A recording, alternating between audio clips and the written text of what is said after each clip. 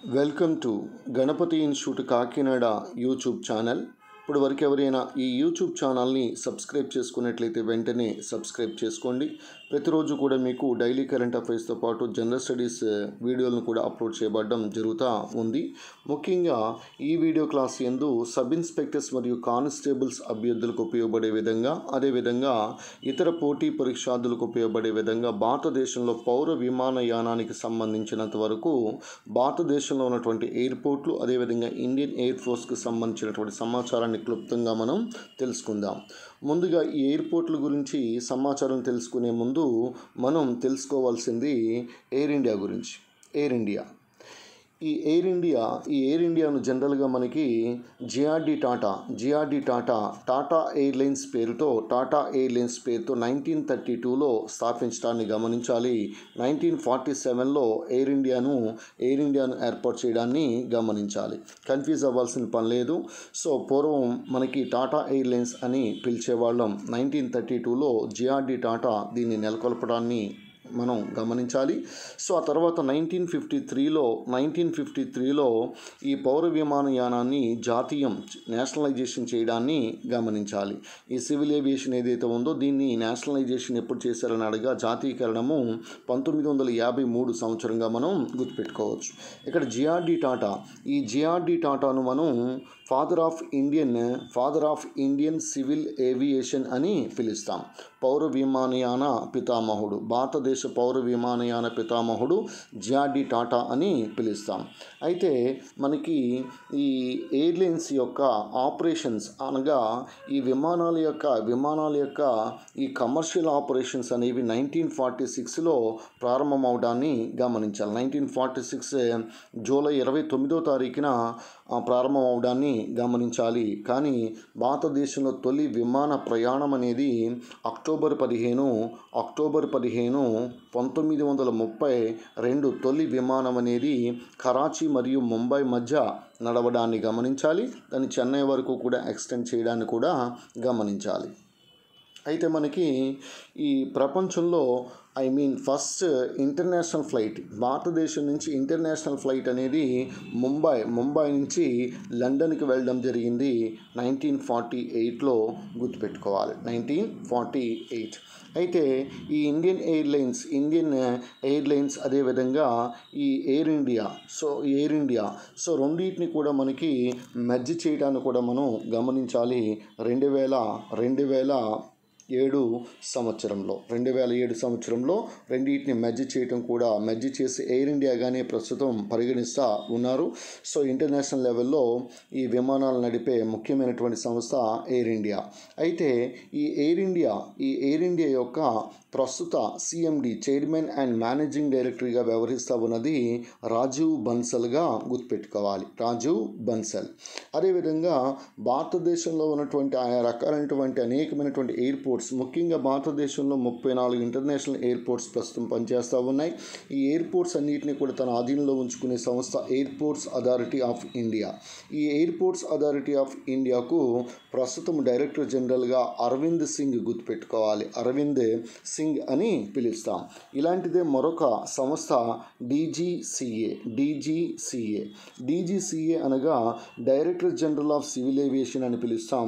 ప్రస్తుతం దీనికి డైరెక్టర్ జనరల్గా అరుణ్ కుమార్ వ్యవహరించడాన్ని గమనించాలి. ఇక్కడ అరవింద్ సింగ్ గుర్తుపెట్టుకోవాలి, రాజీవ్ బన్సల్ గుర్తుపెట్టుకోవాలి, అదేవిధంగా అరుణ్ కుమార్. ఈ మూడిట్లో ఖచ్చితంగా ఒక ప్రశ్న రావడానికి ఆస్కారం ఉంది sub inspector constable examination point of view. అదేవిధంగా కేంద్ర పౌర విమానయాన శాఖ మంత్రి Hardeep Singh puri, so ministry of civil aviation అని పిలుస్తాం. హర్దీప్ సింగ్ పూరి. ఈ 4 ప్రశ్నల్లో ఏదో ఒక ప్రశ్న తప్పనిసరిగా మనకి ఎగ్జామినేషన్లో అడగడానికి ఆస్కారం అనేది ఉంది. అదేవిధంగా ఎయిర్ ఇండియా యొక్క మస్కట్ అనేది మహారాజాగా గుర్తుపెట్టుకోవచ్చు, మహారాజా లేకపోతే కింగ్గా గుర్తుపెట్టుకోవచ్చు. లోగో అనేది flying swan with wheel of Konark Surya దేవాలయంలో చక్రం ఉంది కదా, flying swan with wheel of కోనార్క్గా మనం గుర్తుపెట్టుకోవచ్చు. సో అదేవిధంగా మనకి ఈ ఆల్రెడీ మీకు చెప్పాను. సో ఇండియన్ ఎయిర్లైన్స్ అదేవిధంగా మనకి ఎయిర్ ఇండియా, ఈ రెండింటిని కలిపి ఎయిర్ ఇండియాగానే 2011 సంవత్సరంలో మెర్జ్ చేయడానికి కూడా గమనించాలి. సో ఈ విమానయానాన్ని నేషనలైజేషన్ చేసిన సంవత్సరం 1953, ఇది కూడా మనకి తెలిసిందే. సో అదేవిధంగా ఈ ఎయిర్ ఇండియాకి సంబంధించినంత వరకు స్లోగన్ అనేది ప్రతి విమానం పైన కూడా మనకి రాసి ఉండేది, your palace in the sky, your palace in the sky. ఇది ఎయిర్ ఇండియా యొక్క నినాదంగా మనం గుర్తుపెట్టుకోవచ్చు. అది ఇండియన్ ఎయిర్ ఫోర్స్ యొక్క నినాదం అయితే touching the sky with glory, touching the sky with glory, that is the slogan of Indian air ఫోర్స్గా మనం గమనించాలి. ఇటీవల కాలంలో చూడండి, మనకి ప్రధానమంత్రి ప్రయాణించడానికి, అదేవిధంగా రాష్ట్రపతి ప్రయాణించడానికి, అదేవిధంగా వైస్ ప్రెసిడెంట్ ప్రయాణించడానికి ఒక ప్రత్యేకమైనటువంటి విమానాన్ని కొన్ని వందల కోట్ల రూపాయలతో ఖర్చు పెట్టి అమెరికా నుంచి దిగుమతి చేసుకోవడం జరిగింది. సో దాన్ని మనం ఏమంటున్నాం, ఎయిర్ ఇండియా 1 అంటున్నాం, ఎయిర్ ఇండియా 1. ఈ ఎయిర్ ఇండియా 1 దీన్నే మనం బోయింగ్ 747-400గా మనం పిలవచ్చు. 747-400 ఎయిర్ ఇండియా 1. ఇది ప్రత్యేకమైనటువంటి విమానం. ముఖ్యంగా ప్రెసిడెంట్, అదేవిధంగా ప్రైమ్ మినిస్టర్, వైస్ ప్రెసిడెంట్ మాత్రమే దీనిలో ప్రయాణించడానికి ఆస్కారం అనేది ఉంది. సో అదేవిధంగా మనకి ఈ ఎయిర్ ఇండియాను 1947 అని చెప్పడం జరిగింది. ఎయిర్పోర్ట్స్ అథారిటీ ఆఫ్ ఇండియాను జనరల్గా 1995లో దీన్ని ఏర్పాటు చేయడాన్ని కూడా మనం గమనించాలి. అయితే మనకి ప్రస్తుతము ఇండియన్ ఎయిర్ ఫోర్స్ యొక్క 26వ చీఫ్ మనకి తెలిసిందే రాకేష్ సింగ్ భదౌరియాగా మనం చెప్పుకోవచ్చు. రాకేష్ సింగ్ భదౌరియా మనకి ప్రస్తుతం ఇండియన్ ఎయిర్ ఫోర్స్కి 26వ చీఫ్గా మనం చెప్పుకుంటూ ఉన్నాం. సో అదేవిధంగా మనకి ఇటీవల కాలంలో మనకి వందే భారత్ మిషన్ విదేశాల్లో చిక్కుకున్నటువంటి, ఈ కోవిడ్ కారణంగా చిక్కుకుపోయినటువంటి వ్యక్తులని తిరిగి భారతదేశానికి తీసుకురావడం కోసం ప్రారంభించిన మిషన్ వందే భారత్ మిషన్ కూడా మనం గుర్తుపెట్టుకోవచ్చు. వందే భారత్ ట్రైన్ వేరు, T18 అని పిలుస్తాం, ట్రైన్ 18 అని పిలుస్తాం, అది వేరు ఇది వేరు. సో అలాగే మనకి జాగ్రత్తగా పరిశీలించినట్లయితే విమానాన్ని నడిపినటువంటి తొలి భారతీయ మహిళ సరళా తక్కర్గా గుర్తుపెట్టుకోవాలి, సరళా తక్కర్. ఇటీవల కాలంలో చూడండి, మనకి నలుగురు మహిళలతో కూడినటువంటి విమానం, so longest commercial flight in the world, ప్రపంచంలోనే అత్యంత దూరం పాటు ఈవెన్ అంటార్కిటికా పైన కూడా విహరించినటువంటి longest commercial flight in the వరల్డ్గా చెప్పబడేది శాన్ ఫ్రాన్సిస్కో. ఈ శాన్ ఫ్రాన్సిస్కో నుంచి బయలుదేరి బెంగళూరులో కెంపెగౌడ విమానాశ్రయం వరకు చేరుకుంది ఆ విమానం. సో దీనిలో 9 ప్రయాణించడం జరిగింది, 9 క్యాప్టెన్స్ ఉన్నారు. అందులో ఒకరు జోయా అగర్వాల్గా మనం గుర్తుపెట్టుకోవచ్చు. అదేవిధంగా హరితా కౌర్ దయాల్, ఈ Harita Kaur Dayal first women pilot to fly solo in the IAF, Indian air ఫోర్స్లో సోలోగా ప్రయాణించినటువంటి విమాన పైలట్ హరితా కౌర్ దయాల్గా మనం గుర్తుపెట్టుకోవచ్చు. ఇటీవల కాలంలో మనకి ఎక్కువగా వినిపించినటువంటి పదాలు ఏంటని అడిగితే, సో అవనీ చతుర్వేది, భావనా సింగ్, అదేవిధంగా మనకి భావనా కాంత్, మోహనా సింగ్, ఈ ముగ్గురు మహిళలు కూడా సో జనరల్గా ఏంటని అడిగితే ఫస్ట్ ఇండియన్ ఫిమేల్ కంబాట్ పైలట్స్గా మనం చెప్పుకోవచ్చు. ఫస్ట్ ఇండియన్ ఫిమేల్ కంబాట్ మహిళా యుద్ధ పైలట్లుగా మనం చెప్పవచ్చు. అందులోనూ కూడా తొలి మహిళా యుద్ధ పైలట్గా అవనీ చతుర్వేది రికార్డు సాధించడాన్ని గమనించాలి. అలాగే పివి సింధు ఇటీవల కాలంలో తేజస్, భారతదేశ తేలికపాటి యుద్ధ విమానము, లైట్ కంబాట్ ఎయిర్ క్రాఫ్ట్ అని పిలుస్తాం. ఈ తేజస్ విమానంలో ప్రయాణించినటువంటి బ్యాడ్మింటన్ క్రీడాకారిణి పివి సింధుగా మనం చెప్పుకోవచ్చు. సో కావున ఇక్కడ అవనీ చతుర్వేది, భావనా కాంత్, మోహనా సింగ్, ఈ ముగ్గురు కూడా మనకి చాలా చాలా ఇంపార్టెంట్గా మనం గుర్తుపెట్టుకోవచ్చు. అదేవిధంగా చాలా ముఖ్యమైనటువంటి మహిళ శివాంగి సింగ్. శివాంగి సింగ్ బీహార్కి చెందినటువంటి pilot, first women pilot in the Indian నేవీలో ఫస్ట్ ఉమెన్ పైలట్గా శివాంగి సింగ్ని చెప్పుకోవచ్చు. అలాగే భవిష్యత్తులో రఫేల్ యుద్ధ విమానాన్ని కూడా నడపబోయే ఆ యుద్ధ పైలట్ శివాంగి సింగ్గా చెప్పవచ్చు. ఈమె బీహార్లో జన్మించింది, వారణాసిలో చదువుకోవటాన్ని గమనించాలి. సో కాబట్టి ఆమె ఏ రాష్ట్రం అంటే బీహార్ పెట్టండి, ఎక్కువగా ఉత్తరప్రదేశ్ అని ఇస్తూ ఉన్నారు కాదు. సో బీహార్గా మనం గుర్తుపెట్టుకోవచ్చు. Shivangi Singh very very important.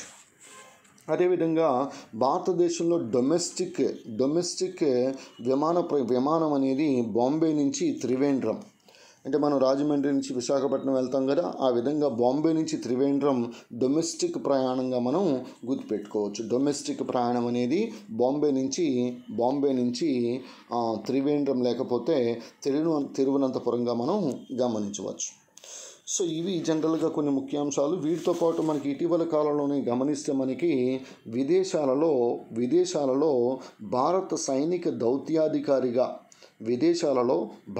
సైనిక దౌత్యాధికారిగా తొలి మహిళా వింగ్ కమాండర్ అంజలి సింగ్ ఈమెను కూడా మనం గుర్తుపెట్టుకోవచ్చు. అలాగే ఈ హాక్ విమానాన్ని నడిపింది మోహనా సింగ్గా గుర్తుపెట్టుకోవచ్చు. మోహనా సింగ్ హాక్ విమానాన్ని నడిపినటువంటి మహిళగా మనం మోహనా సింగ్ని కూడా మనం గుర్తుపెట్టుకోవచ్చు. సో ఇది కొంతమంది మహిళలకి సంబంధించినంత వరకు కొంత క్లుప్తమైనటువంటి సమాచారం. అయితే ఫస్ట్ పైలట్ ఆఫ్ ఇండియా అనేసరికి మనం జేఆర్డి టాటానే చెప్పాలి. జేఆర్డి టాటానే మనం ఫస్ట్ పైలట్ ఆఫ్ ఇండియా అని పిలుస్తాం. First Indian women to fly and aircraft లేదా ఫస్ట్ ఇండియన్ ఉమెన్ పైలట్ అయితే సరళ తక్కర్ అని చెప్పడం జరిగింది. సరళ తక్కర్. ఓకే, సో ఇది జనరల్గా. అలాగే India's first female pilot to fly in a combat జోన్లో, అంటే మనకి కార్గిల్ యుద్ధ సమయంలో ఈ గుంజన్ సక్సేనా హెలికాప్టర్లకి గట్రా సహాయం చేసింది గుంజన్ సక్సేనా. ఆమె మీద సినిమా కూడా రావడం కూడా మనకి తెలిసిందే. సినిమా కూడా ఆమె పేరు మీదుగా రావడాన్ని కూడా మనం గమనించాలి. సో అదేవిధంగా మనకి ఈ అమెరికా చరిత్రలోనే అమెరికా వాయుసేన chief of staff of air ఫోర్స్గా ఒక నల్లజాతీయుని నియమించడం జరిగింది. ఆయన పేరు Charles Quinton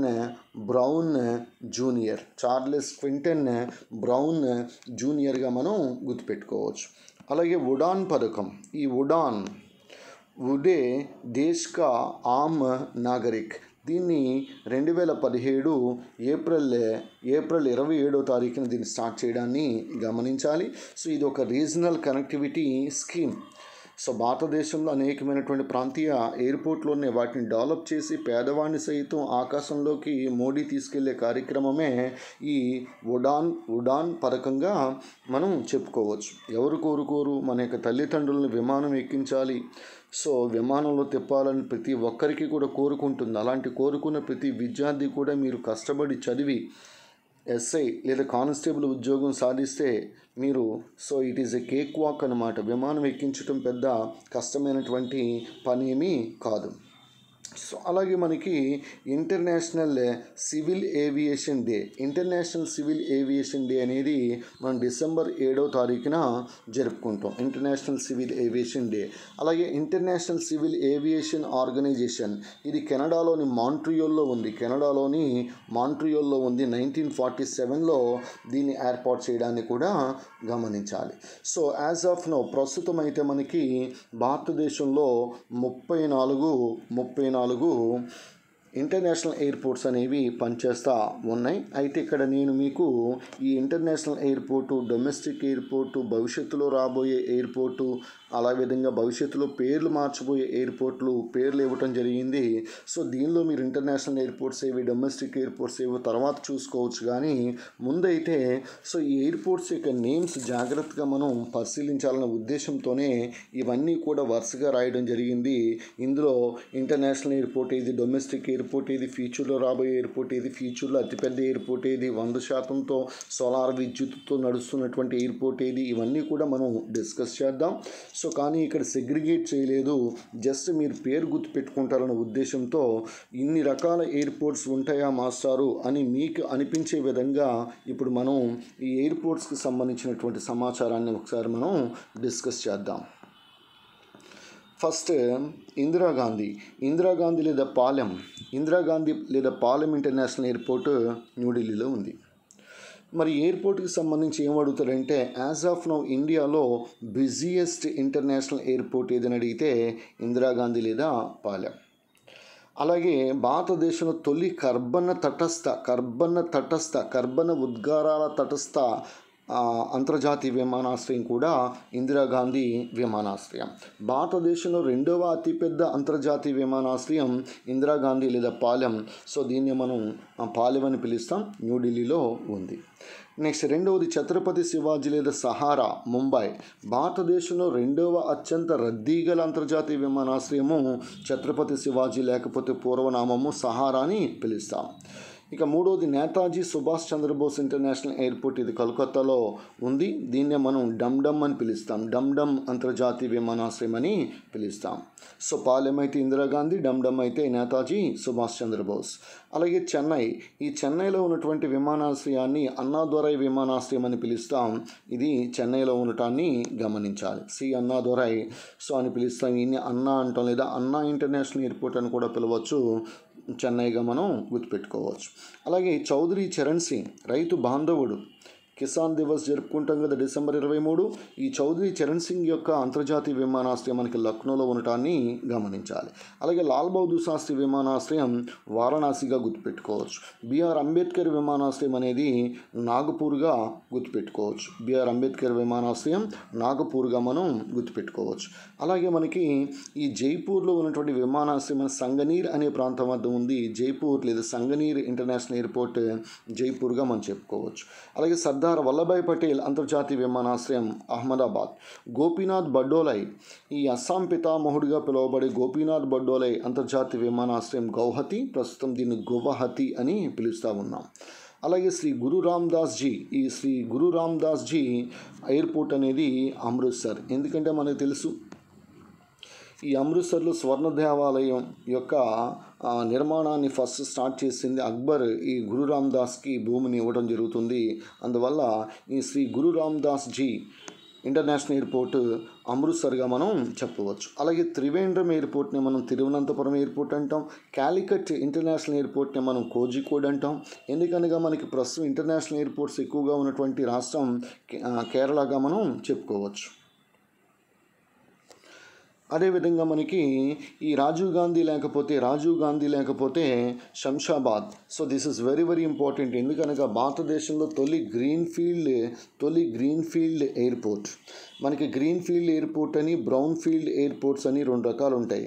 so greenfield airport అంటే ఏంటి, బ్రౌన్ ఫీల్డ్ ఎయిర్పోర్ట్ అంటే ఏంటో మీరు కామెంట్ రూపంలో తెలియచేయండి. సో రాజీవ్ గాంధీ లేదా శంషాబాద్ ఇది international airport. So very beautiful airport, ఇది హైదరాబాద్లో ఉంది. సో ఈ రాజీవ్ గాంధీ లేదా శంషాబాద్ ఇది అత్యంత పొడవైనటువంటి రన్వేని కలిగినటువంటి విమానాశ్రయం. అలాగే మనకి దేశంలో ఎక్కువ విస్తీర్ణంలో అతిపెద్ద విమానాశ్రయంగా చెప్పబడేది రాజీవ్ గాంధీగా మనం చెప్పుకోవచ్చు. నెక్స్ట్ కొచ్చిన్ లేదా నెడుంబెసిరి విమానాశ్రయం, ఇది కొచ్చిన్లో ఉంది. అయితే పీపీపీ మోడల్లో పబ్లిక్ ప్రైవేట్ పార్ట్నర్షిప్ పీపీపీ మోడల్లో నిర్మించినటువంటి తొలి అంతర్జాతీయ విమానాశ్రయం కొచ్చిన్ అంతర్జాతీయ విమానాశ్రయం. అసలు యాక్చువల్లీ ఇక్కడి నుంచే ఫస్ట్ ఫ్లైట్స్ అనేవి అంతర్జాతీయంగా వెళ్ళడం కూడా మనం గమనించాలి. అయితే ప్రపంచంలోని తొలి సోలార్ అంతర్జాతీయ విమానాశ్రయంగా కొచ్చిన్ అనేది పేరుగాంచింది. అయితే ఇటీవల 100% సౌర విద్యుత్తుతో నడపబడుతున్న విమానాశ్రయంగా ఇటీవల పేర్కొనబడింది పుదుచ్చేరి ఇంటర్నేషనల్ ఎయిర్పోర్ట్గా గమనించాలి. సో ప్రపంచంలో తొలిసారిగా అడిగితే క్వశ్చన్ చెప్పండి. ఇటీవల కాలంలో 100% సోలార్ విద్యుత్తుతో నడపబడుతున్నటువంటి ఇంటర్నేషనల్ ఎయిర్పోర్ట్ పుదుచ్చేరి ఇంటర్నేషనల్ ఎయిర్పోర్ట్గా గుర్తుపెట్టుకోవాలి. అలాగే గోవాలో మనకి ఈ డబోలిం అనేటువంటి ప్రాంతం వద్ద డబోలిం ఇంటర్నేషనల్ ఎయిర్పోర్ట్ ఉంది. దాన్ని గోవా ఇంటర్నేషనల్ ఎయిర్పోర్ట్ అని పిలుస్తాం. అలాగే గోవాలో మరొక ఎయిర్పోర్ట్ నిర్మిస్తూ ఉన్నారు. దాన్ని మోపా అని పిలుస్తాం. మోపా అని పిలుస్తాం. గోవా మోంప్లా వేరు, మోంప్లా అంటే మనకి మోప్లా కేరళలో మనకి మలబార్ తీరంలో ఉన్నటువంటి గిరిజన ముస్లింలు మోప్లా అని పిలుస్తాం. అది మనకు తెలిసిందే. నెక్స్ట్ కెంపేగౌడ బెంగళూరు నగర నిర్మాత. బెంగళూరు వృషభ నది ఒడ్డున ఉంది కెంపేగౌడ. ఇది 2వ గ్రీన్ఫీల్డ్ విమానాశ్రయం ఇండియాలో. ఫస్ట్ అయితే మనకి రాజీవ్ గాంధీ. నెక్స్ట్ తిరుచురాపల్లి తమిళనాడు. నెక్స్ట్ అదేవిధంగా మనకి గయా బీహార్లో ఉంది. ఇది కూడా మనకి తెలిసిందే. అదేవిధంగా జయప్రకాష్ నారాయణ్ పాట్నా. ఛత్రపతి సంభాజీ రాజే విమానాశ్రయం అనేది పూణేలో ఉంది. ఇవి భవిష్యత్తులో నిర్మించబోయేవి కొన్ని ఉన్నాయి.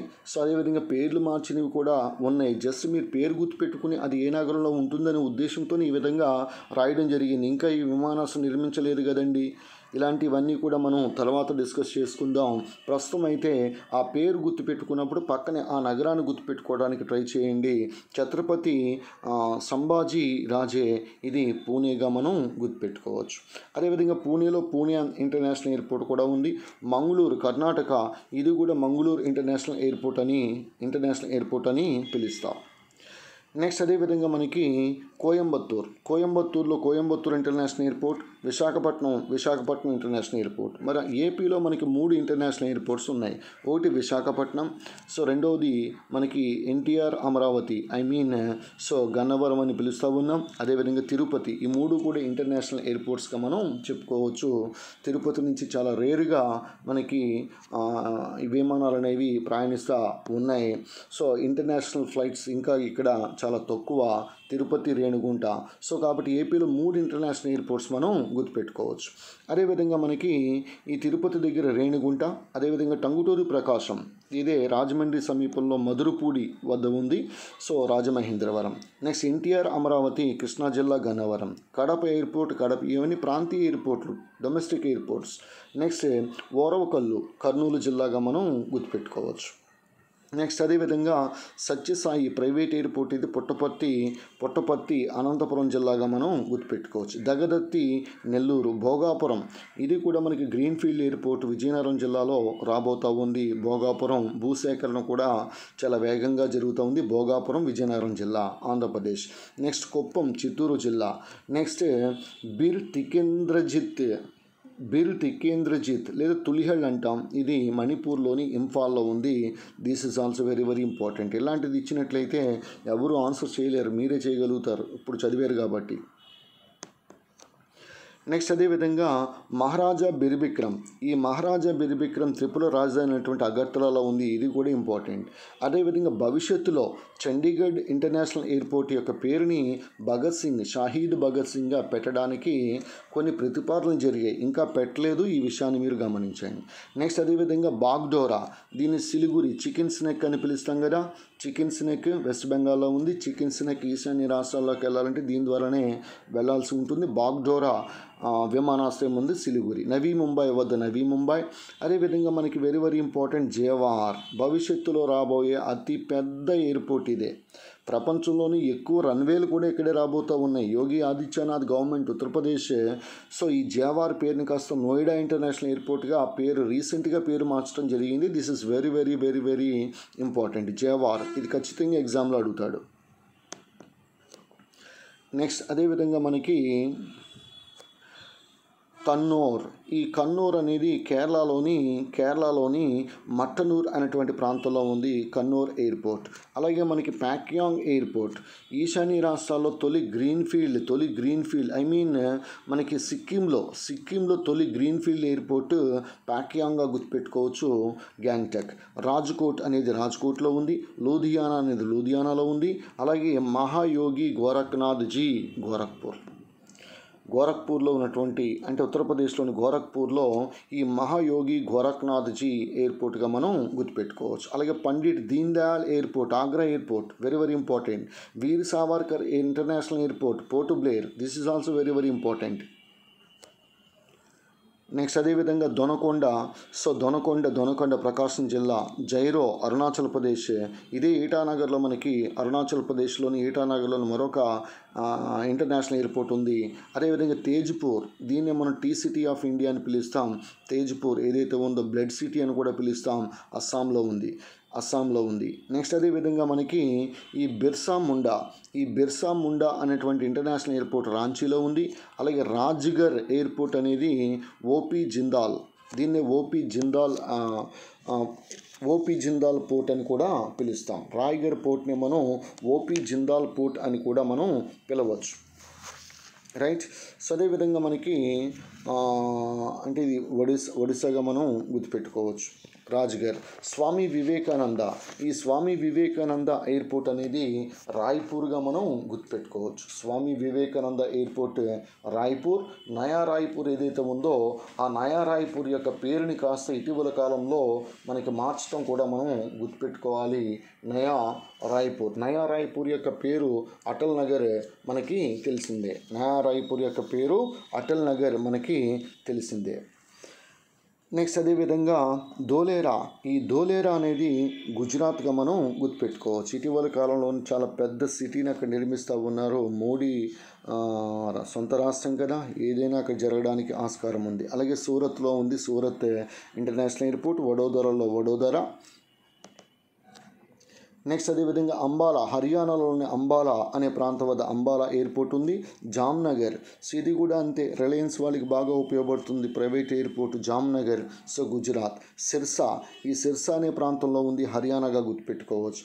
మరి శ్రీనగర్, జమ్మూ కాశ్మీర్లో ఉన్నటువంటి శ్రీనగర్ షేక్ అల్ అలం ఎయిర్పోర్ట్గా మనం పిలుస్తాం. అలాగే 63 చాలా ఇంపార్టెంట్, అటల్ బిహారీ వాజ్పేయి ఎయిర్పోర్ట్. ఇది దియోగర్ అనే ప్రాంతం వద్ద జార్ఖండ్లో ఉండటాన్ని గమనించాలి. అలాగే జిందాల్ విజయనగర్ బళ్ళారి. ఇటీవల కాలంలో చూడండి, కర్ణాటకలో కొత్తగా ఏర్పడిన జిల్లా ఏది? విజయనగర్ జిల్లా. అలాగే దెమ్చోక్లోనే ఉంది, అది లడాఖ్లో ఉన్నట్టుగా గుర్తుపెట్టుకోవాలి. అలాగే కుషోర్ బాకులే రింపోచే అనేది లేహ్. ఇప్పుడు లేహ్, కార్గిల్ రెండు కూడా జిల్లాలు లడాఖ్లో ఉన్నాయి. భారతదేశంలో అత్యంత ఎత్తులో ఉన్నటువంటి ఎయిర్పోర్ట్ ఏదైనా అడిగితే కుషోర్ బాకులే రింపోచే ఎయిర్పోర్ట్గా మనం గుర్తుపెట్టుకోవచ్చు. అలాగే మనకి అగట్టి అనేది లక్షద్వీపుల్లో చూడవచ్చు. అగట్టి ఎయిర్పోర్ట్ అనేది మనకి చూడండి, అగట్టి కానీ, బంగారం దీవి కానీ, నెక్స్ట్ మినికాయ్ దీవి కానీ, అమనీ దీవి కానీ, బిత్రా దీవి కానీ, సో పిట్టి దీవి కానీ, కడ్మట్ దీవి కానీ, ఈ దీవులన్నీ కూడా మన లక్షద్వీపుల్లో చూడవచ్చు. సో అగట్టి లక్షద్వీప్. రాజ్భోజ్, ఇది భోపాల్ గుర్తుపెట్టుకోవాలి. రాజ్భోజ్ ఎయిర్పోర్ట్. దేవి అహల్యాబాయ్ హోల్కర్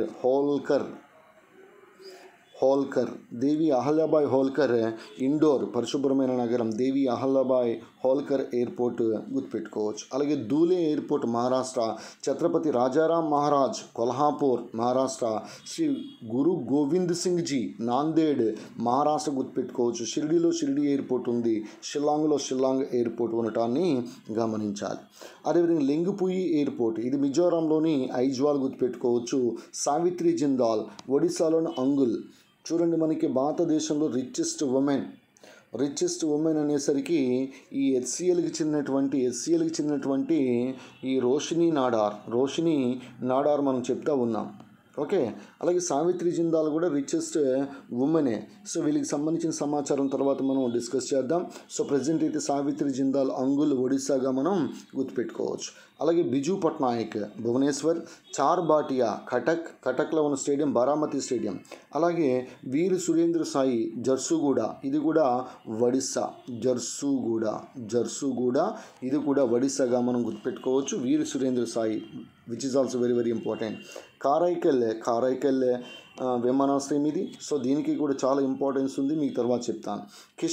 కిషన్గర్ అనేది రాజస్థాన్లోని అజ్మీర్లో ఉంది. అజ్మీర్ లూని నది ఒడ్డున ఉందని చెప్పాను కదా. నెక్స్ట్ నాల్ అనే విమానాశ్రయం బికనీర్, రాజస్థాన్. ఇదే బికనీర్లో ఒంటెల పరిశోధనా కేంద్రం కూడా ఉంది. నెక్స్ట్ మహారాణా ప్రతాప్, ఇది ఉదయ్పూర్, రాజస్థాన్గా మనం గుర్తుపెట్టుకోవచ్చు. నెక్స్ట్ అదేవిధంగా అరక్కోణం అనగానే మనం తమిళనాడు గుర్తుపెట్టుకుంటాం. అరక్కోణం. సో ఐఎన్ఎస్ రాజాజీ, చక్రవర్తులు రాజగోపాలాచారి అంటాం కదా, ఆ విమానాశ్రయం అరక్కోణం. తుత్తుకూడి, చెట్టినాడ్, ఇది కారైకుడి అనే ప్రాంతంలో ఉంది. బేగంపేట అంటే హైదరాబాద్ సమీపంలో డొమెస్టిక్ విమానాశ్రయం బేగంపేట. అలాగే ఇటీవల కాలం నుంచి అయోధ్యలో ఉన్నటువంటి విమానాశ్రయం పేరుని కాస్త మర్యాద పురుషోత్తం శ్రీరామ్ అని మార్చేసాడు యోగి ఆదిత్యనాథ్. ఎక్కడైనా ముస్లిం పదం కనిపించిందంటే దాన్ని హిందూ పదంగా మార్చేస్తూ ఉన్నాడు ఆదిత్య యోగినాథ్, మనకి తెలిసిందే. అలాగే ఈ హిండాన్ అనేటువంటి ఎయిర్పోర్ట్ గజియాబాద్లో ఉంది. ఇదే గజియాబాద్లో సిబిఐ అకాడమీ ఉందని చెప్పాను. అలాగే national postal academy, Rafi Ahmed Kidwai national postal academy కూడా గజియాబాద్లో ఉంది. నెక్స్ట్ అదేవిధంగా మనకి కుషీనగర్, దీన్నే పాడ్రోనా అని పిలుస్తాం. ఈ కుషీనగర్ అనేది మనకి ఉత్తరప్రదేశ్లో ఉంది, ఇది కూడా తెలిసిందే. అలాగే జోలీగ్రాంట్ విమానాశ్రయం డెహ్రాడూన్గా గుర్తుపెట్టుకోవాలి. నైనీ సైని పిథోర్గర్ ఉత్తరాఖండ్లో ఉంది. అలాగే కాజీ నజ్రుల్ ఇస్లాం, ఇది కూడా ఇంపార్టెంట్, అసన్సోల్ వెస్ట్ బెంగాల్. నాద్ నగరి బరేలీ ఉత్తరప్రదేశ్. గణేష్ శంకర్ విద్యార్థి, which is very very important, దీన్ని చకేరి లేదా కాన్పూర్ ఎయిర్పోర్ట్ అని పిలుస్తాం. And last but not least Puducherry, 100% solar విద్యుత్తుతో నడుస్తున్నటువంటి అంతర్జాతీయ విమానాశ్రయం. సో ఈ విధంగా చేయడానికి గల ముఖ్యమైనటువంటి కారణం ఏంటని అడిగితే, మీకు ఇటీవల కాలంలో కొన్ని పేర్లు మారడం జరిగింది. ఆ పేర్లు గుర్తుపెట్టుకుంటారనే ఉద్దేశంతో ఈ విధంగా మీకు ఇన్ని ఎయిర్పోర్ట్స్ గురించి ఇవ్వడం అనేది జరిగింది. ఇది మనకి భారతదేశంలో ఉన్నటువంటి ఎయిర్పోర్ట్స్కి సంబంధించినటువంటి సమాచారం. అదేవిధంగా కొంతమంది ప్రముఖ వ్యక్తుల గురించి కూడా మీకు నేను ప్రస్తావించడం కూడా జరిగింది. సో కాబట్టి గణపతి ఇన్స్టిట్యూట్కి సంబంధించి మీకు మళ్ళీ ఇంకొకసారి చెప్తా ఉన్నా, చదువు రాని ఒక నిరక్షరాస్యుడిని కూడా మీరు గణపతి ఇన్స్టిట్యూట్లో జాయిన్ చేస్తే ఎస్ఐ కానిస్టేబుల్ ఉద్యోగం సాధింపచేసే సత్తా మా దగ్గర ఉంది. అందువల్లనే మళ్ళీ చెప్తున్నా, ఈ విషయాన్ని నలుగురికి తెలియచేయండి. మీ భవిష్యత్తును పాడు చేసుకోవద్దు. చక్కటి అవకాశం అనేది మీకు లభించింది. అర్థమెటిక్ రీజనింగ్ ఏదైతే ఉందో, ఈ అర్థమెటిక్ రీజనింగ్ లెవెల్ 3 విధానంలో టెస్ట్లు అనేవి అన్నీ రెడీ అయి ఉన్నాయి. లెవెల్ 3 విధానంలో ప్రతి టాపిక్ మీద కూడా మీకు ఒక క్యాలెండర్ తీసుకున్నా, లేకపోతే ఒక గడియారం తీసుకున్నా, బ్లడ్ రిలేషన్స్ తీసుకున్నా, స్టేట్మెంట్స్ అండ్ కంక్లూషన్స్, లేదంటే ఏ టైప్ ఆఫ్ క్వశ్చన్స్ తీసుకున్నా సరే, అది శాతాలు కావచ్చు, సరాసరి కావచ్చు, చక్రవడ్డీ, బారువడ్డీ, నెక్స్ట్ క్షేత్రమితి, త్రికోణమితి, రేఖాగణితం, జామెట్రీ కావచ్చు, ఆల్జీబ్రా కావచ్చు, నెక్స్ట్ సంఖ్యా వ్యవస్థకు సంబంధించే మన దగ్గర నెంబర్ ఆఫ్ టెస్ట్లు అనేవి ఉన్నాయి. కావున ఆ డైలీ టెస్ట్లు కనుక చేసుకున్నట్లయితే అందులో ఉన్న క్వశ్చన్స్ నేరుగా మీకు ఎగ్జామ్లో వస్తాయి. ఇటు అర్థమెటిక్ రీజనింగ్, ఇంగ్లీష్ కూడా దాదాపుగా మనకి ఒక 60 టెస్ట్లు అనేవి లెవెల్ 2 టెస్ట్లు అనేవి ఉన్నాయి. సో ఇవన్నీ కూడా మీరు చేసుకున్నట్లయితే తప్పనిసరిగా మీరు కానిస్టేబుల్ ఎస్ఐ ఉద్యోగం అనేది సాధిస్తారు. అందువల్లనే మీకు తెలివైన విద్యార్థి గొప్ప ఎంపిక గణపతి ఇన్స్టిట్యూట్, ఎప్పుడు కూడా మర్చిపోకండి. అలాగే ఎస్ఐ కానిస్టేబుల్ సెలక్షన్లో అత్యధిక సక్సెస్ రేట్ కలిగిన సంస్థ కూడా గణపతి. మీకు సబ్ ఇన్స్పెక్టర్ కానిస్టేబుల్ 2 మరియు 3 బ్యాచ్లు రెండు కూడా, ఈ 2 బ్యాచ్లు కూడా 18/1/2021లో స్టార్ట్ అవుతూ ఉన్నాయి. మనకి 18/1/2021 ఉదయం 9 గంటలకి స్టార్ట్ అవుతున్నాయి. 9 గంటల నుంచి సాయంత్రం 6 PM దాకా both English medium and Telugu medium batches అనేవి స్టార్ట్ అవుతూ ఉన్నాయి.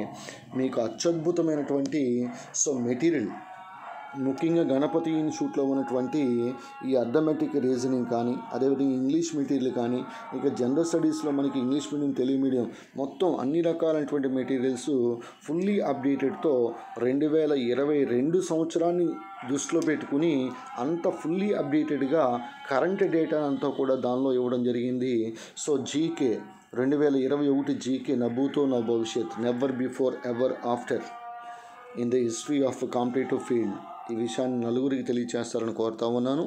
సో మీ కరెంట్ అఫైర్స్ని 8వ తారీఖు నుంచి ఈ 12వ తారీఖు వరకు మీకు రేపు అప్లోడ్ చేయబడడం జరుగుతుంది. సో దానికోసం సిద్ధంగా ఉండండి. అత్యద్భుతమైనటువంటి కరెంట్ అఫైర్స్ దాన్ని జనరల్ స్టడీస్తో మిక్సప్ చేసి మీకు చెప్పడం జరుగుతుంది. ఈ వీడియోకు ముందే మీకు ఆర్ఆర్బిలో ఈ జనవరి 9న షిఫ్ట్ 2కి సంబంధించి వీడియో చాలా అద్భుతంగా మైండ్ బ్లోయింగ్ వీడియో ఒకటి చేయడం కూడా జరిగింది. దాన్ని కూడా మీరు చూస్తారని ఆశిస్తూ ఉన్నాను. ఎప్పుడూ కూడా మీ విజయాన్ని కోరుకునే మీ అన్నయ్య Ganapathi sir from Ganapathi institute, Kakinada, Andhra Pradesh. Thank you. Meet you tomorrow.